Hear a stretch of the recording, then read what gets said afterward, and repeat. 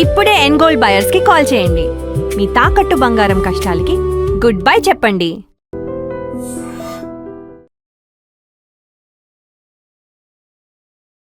నమస్కారం, welcome to I dream. ధర్మ మార్గం విత్ విజిత కార్యక్రమానికి స్వాగతం.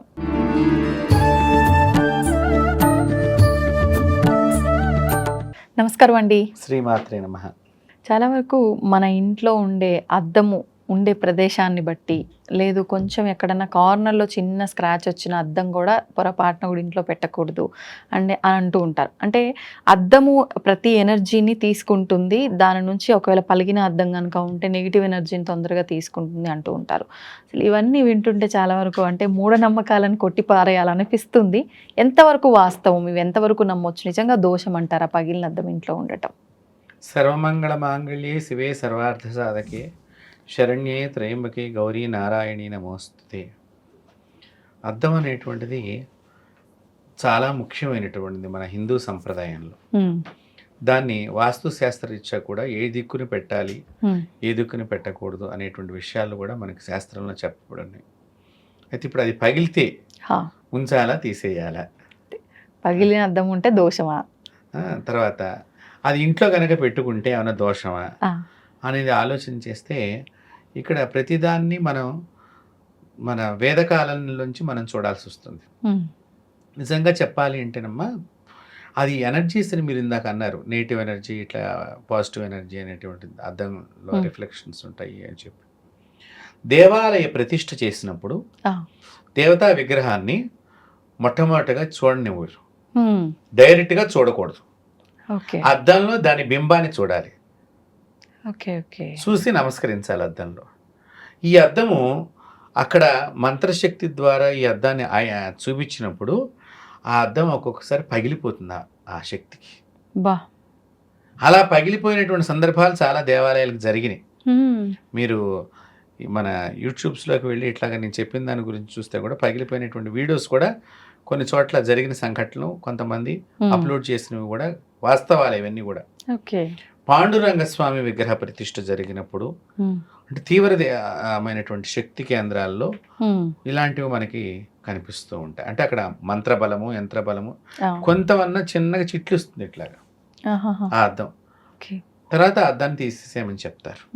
ఎందుకంటే ఒక్కసారి వచ్చే శక్తిని మనం చూస్తే గనక ఆ శక్తిని తట్టుకునే శక్తి మనలో ఉంటుందో ఉండదో, అద్దం తట్టుకునే శక్తి ఉంటుంది. అందుకనే మనకి కొన్ని చోట్ల ఈ దోషాలు వచ్చేటువంటి స్థానంలో అక్కడ ఒక అద్దాన్ని పెట్టండి అంటారు. ఇప్పుడు మనకి వరుసగా 3 డోర్లు ఉన్నాయి, వరుసగా 3 డోర్లు ఉండకూడదని ఒక సంఖ్య ఉన్నది. అంటే ఇట్లా లైన్ గా ఒకదానికి ఎదురుగుండా ఒకటే ఎదురుగుండా. అప్పుడు ఏం చేయాలంటే అవతల గోడకి అద్దాన్ని పెడితే ఈ బింబం దానిలో పడి ఇంకో డోర్ లాగా కనిపిస్తూ ఉంటుంది. 4 డోర్లు. ఆ దోషాన్ని మనం తగ్గించే ప్రక్రియలో ఇక్కడ అంటే ఏంటి, దోషాన్ని తీసుకోగలదు. ఆ తీసుకున్న దోషాన్ని తనకి ఎక్కువగా ఉన్నప్పుడు దాని భిన్నమైపోతుంది ఆటోమేటిక్లీ. ఇలాంటి పగిలిపోయినటువంటి అద్దాలు ఎప్పుడు కూడా ఇంట్లో పెట్టుకోకూడదు, దానివల్ల అశుభము. ఇక్కడ అశుభం ఏంటి, ఎందుకు జరుగుతుంది అంటే, మామూలుగా అందరూ ఏమనుకుంటారు, ఆ పగిలిన అద్దం ఉంటే అడగొడ కోసుకుపోకుండా ఉంటుందా, కోసుకుంటుంది, అందుకనే తీసే జాగ్రత్త కోసం. ఇది వాస్తవమైనప్పటికీ దీనికంటే ఇంకా గొప్ప అర్థం చెప్పబడింది. మన ముఖము అనేక ముక్కలుగా కనిపిస్తుంది. నీ ముఖాన్ని నువ్వు లేచి చూచుకున్నప్పుడు అనేక ముక్కలుగా ప్రతిరోజు చూచుకోరాదు. అలా చూచుకుంటే నీకు రాబోయే ప్రమాదం నీకు దృష్టాంతరమైనట్లు లెక్క. రావణాసురుడికి కూడా చనిపోయే ముందర అద్దంలో 10 ముఖాలు కనిపించినట్టే, తను ఒక్కడవే. ఓహో, నాకు ఇక మరణం సంభవించింది అని అనుకున్నాడు ఆయన. కాబట్టి ఇలాంటి పగిలిన అద్దంలో నువ్వు రోజు చూడటం మూలకంగా 10 ముఖాలు కనిపించింది, కాసేపిలా నీ తల ఆడిస్తూ ఉంటావు. ఏ ముక్కలో బొట్టు పెట్టుకోవాలనుకున్నా, ఏ ముక్కలో తల గడ్డం దూకోవాలనుకున్నా, మగవాడు క్రాఫ్ చేయాలనుకున్నా, ఇట్లా చూస్తూ అట్లా చూస్తూ సరిగ్గా లేదు, రేపు తెద్దాం మాపు తెద్దాం ఇట్లా అనుకుంటా జనం ముఖ్యంగా ఏదో చూసుకుని పోయాడు మనకు పెద్ద అన్నట్టుగా కొంతమంది. సో ఇలా నువ్వు రోజు చూడటం మూలకంగా దాని నెగిటివ్ సెన్స్ నీలోకి ప్రవేశిస్తుంది. సో అంత ప్రమాదం ఉన్నది. అందుకని పగిలిన అద్దం ఎప్పుడు కూడా ఇంట్లో ఉండకూడదు. అద్దము అంటే మీరు చూసుకునే ఒక అద్దమే కాదు, కిటికీ అద్దాలు కానీ హా. బీరవాకు ఉన్న అద్దాలే కానీ డోర్స్ కొంతమంది షోగా అద్దాలు పెడుతూ ఉంటారు. అవును అవును అలాగే మన ఈ రోజుల్లో రూమ్కి మధ్యలో డివైడర్ కింద కూడా అద్దాలు పెడుతున్నారు, గ్లాసెస్.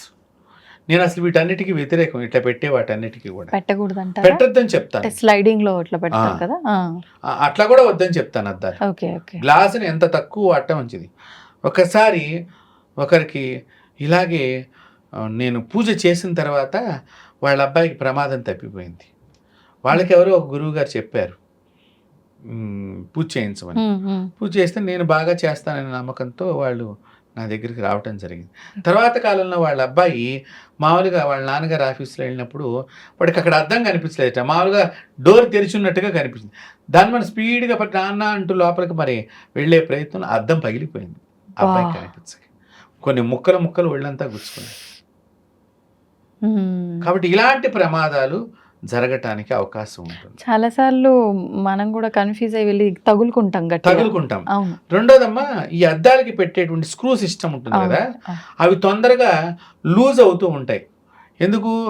మనకి భూకంపాలకు వచ్చినప్పుడు కానివ్వండి, లేకపోతే ఇంట్లో శబ్దాలు, మన గోడకి ఏదైనా డ్రిల్లింగ్ చేసినప్పుడు ఇవి కొంచెం ఊగిస్తలు ఆడుతూ ఉంటాయి. మీకు గమనించారో లేదో. అలాగే పిల్లలు కూడా కొంచెం లూజ్ వస్తే చేపట్టుకుని ఇలా ఇలా ఇలా కదిలిస్తూ ఉంటారు.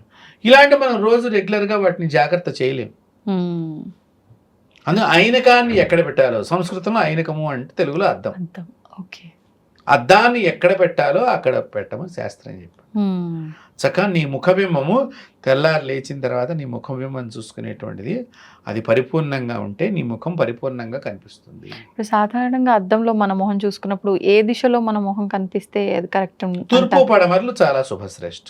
ఓకే, అది మంచిది. కాబట్టి అలాంటి పగిలిపోయినటువంటి అద్దాలను కనుక ఇంట్లో ఉంచుకుంటే నీ తలకాయ 10 ముక్కలుగా కనిపిస్తూ ఉంటుంది. తర్వాత నీ తలకాయ పగలచ్చేమో. కాబట్టి అలా పగలకుండా ఉండటానికి ఒకటి సైంటిఫిక్గా కూడా ఏంటంటే గాజు ముక్కలు గుచ్చుకుంటే చాలా ప్రమాదకరం. అవి లోపలికి ఒక్కొక్కసారి కంట్లోకి కూడా పోవచ్చు. ఇక్కడ ఎక్కడైనా చేయికో కాలుకో తగిలిందంటే డాక్టర్తో కోసి దాన్ని బయట ఇలా కనుబొమ్మ లోపల పడితే చాలా తిన్న నరస్సు అంటే కదా. అంత ప్రమాదం నీకు సంభవించకుండా ఉండటానికి వేదాచారాన్ని, సనాతన ధర్మాచారాన్ని పాటించేటువంటి వాళ్ళు పగిలిన అద్దం ఇంట్లో ఉంచరాదు. ఇప్పుడు మనం చూసుకునే అద్దమైనా ఇంట్లో గాజు వస్తువులు, కప్పు హ్యాండిల్ పలిగిపోయినా కొంతమంది అలాగే ఉంచుకుంటారు. కొంచెం శాసర్ ఎక్కడైనా క్రాస్ కొంచెం పగిలినా అది తీసేయడం ఎందుకులే కొద్దిగా కదా అని పక్కన పెడుతూ ఉంటారు. అండ్ మొబైల్ ఫోన్స్ ప్రతి క్షణం మన చేతిలో ఉంటాయి. మొబైల్ పైన గ్లాస్ పగిలిపోయినా కూడా చాలా వరకు అలానే వాడుతూ ఉంటారు. ఇక్కడ కూడా ఎఫెక్ట్ అవుతుంది అంటారా? ఎఫెక్ట్ అవుతుందమ్మా. మీరు గమనించారు లేదు చూడండి, ఇప్పుడు మామూలుగా మీరు ఫోన్ ముట్టుకోగానే నల్లగా కనిపిస్తుంది. అవును. మీరు లాక్ ఓపెన్ చేసినప్పుడు దాని వెలుగు బయటకు వస్తుంది. అప్పుడు ఆ నల్లగా దానిలో నీ ముఖం ఫోకస్ అవుతుందా లేదా? చాలా వరకు అలానే చూసుకుంటాం కూడా బయట ఉన్నప్పుడు. అవును. కాబట్టి అక్కడ అట్లా ఉంటుంది. అవును. తర్వాత ఆ పగిలిపోయిన అద్దాలు మీరు గమనించారు లేదో చాలా షార్ప్గా ఉండి కోసుకుంటాయి కూడా ఒక్కొక్కసారి. అవును అవును. చేతుల్లో దిగబడిపోయిన వాళ్ళు కూడా ఉన్నారు. కాబట్టి ఇలాంటి ప్రమాదాలు సంభవిస్తాయి. కాబట్టి అందుకని అద్దాలకు సంబంధించినటువంటి విషయం ఏదైనా కూడా చాలా మన ధర్మశాస్త్రం ప్రతిదాన్ని కూడా ప్రకృతితో ముడిపెడుతూ మన ఒంటి జాగ్రత్తని చేసింది. అందుకని ఎప్పుడు కూడా ధర్మశాస్త్రాలను గౌరవించాలి. శాస్త్రాన్ని గౌరవించడం వల్ల నీకు లాభం, కానీ శాస్త్రానికి ఏమిటి లాభం అంటే నిన్ను రక్షించాననేటువంటి లాభం, దానికి ఆనందం, నిన్ను రక్షించాను అనే ఆనందం. కాబట్టి అది మనం తెలుసుకోవాలి. అంటే పగిలిపోయినటువంటి అద్దం ఇంట్లో ఉండటం అంత శ్రేయస్కరం కాదు, శుభం కాదు. కాబట్టి తీసివేయటమే మంచిది. ఓకే. ఎలాగో మీరు బీరువాకి అద్దం అన్నారు కాబట్టి అసలు బీరువాకి అద్దం ఉండేటట్టుగా తీసుకోకూడదంట అని ఈ మధ్యకాలంలో చాలా మంది అనుకుంటున్నారు. నిజంగా అలా బీరువాకి అద్దం ఉండేటట్టు తీసుకోకూడదంటారా? అంటే సహజంగా బీరువా మనం నైరుతి దిశలో పెడతాం. నైరుతిలో మనకు మాస్టర్ బెడ్రూమ్ ఉంటుంది. అవును. సో అలాంటి ప్రదేశాల్లో ఇట్లాంటి అద్దాలు ఉండకుండా ఉండటం పెద్దవి కొంత మంచిది.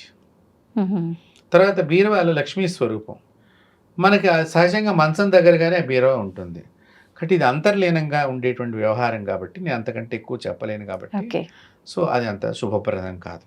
రెండోది, ముఖాన్ని చూసుకోవటానికి అద్దం చెప్పారు కానీ మిగతా శరీరం అంతటా చుట్టానికి అద్దం చెప్పలేదు. మన కాళ్ళు తగులుతాయి అద్దానికి, అది లక్ష్మీ స్వరూపం అని చెప్పారు. కాబట్టి మన కాళ్ళు తగలకూడదు. మీరు సహజంగా బీరువా దగ్గర నిలబెట్టేటప్పుడు మోకాళ్ళు అవన్నీ తగులుతూ ఉంటాయి చాలా మటుకు ఇక్కడ అలాంటివి. కాబట్టి అందుకని బీరువాకి అద్దం లేకుండా ఉండటం మంచిది. ఓకే ఓకే, ధన్యవాదాలండి. నమస్తే. And for more videos, Please subscribe to iDream. Please subscribe to iDream. Please subscribe iDream. And please subscribe to iDream. For more videos, subscribe to iDream. please like, share, and subscribe to the channel. Congratulations, iDream. Subscribe to iDream. Subscribe to iDream. So subscribe to iDream Media. iDream की iDream team अंदर की huge congratulations. Please subscribe iDream Media. Please subscribe to iDream. Subscribe iDream. Please subscribe to iDream. iDream అంటే నా కళల ఛానల్ను subscribe చేసుకున్న నోరు తిరుగుతలేదు, మీరైతే గంట గుర్తు కొట్టండి. For more such videos, please subscribe to iDream. Subscribe to iDream. Please subscribe to iDream. Please subscribe iDream Media. Please do subscribe to iDream. Please subscribe to iDream Media. For best entertainment and information, please subscribe iDream. And don't forget to subscribe to iDream.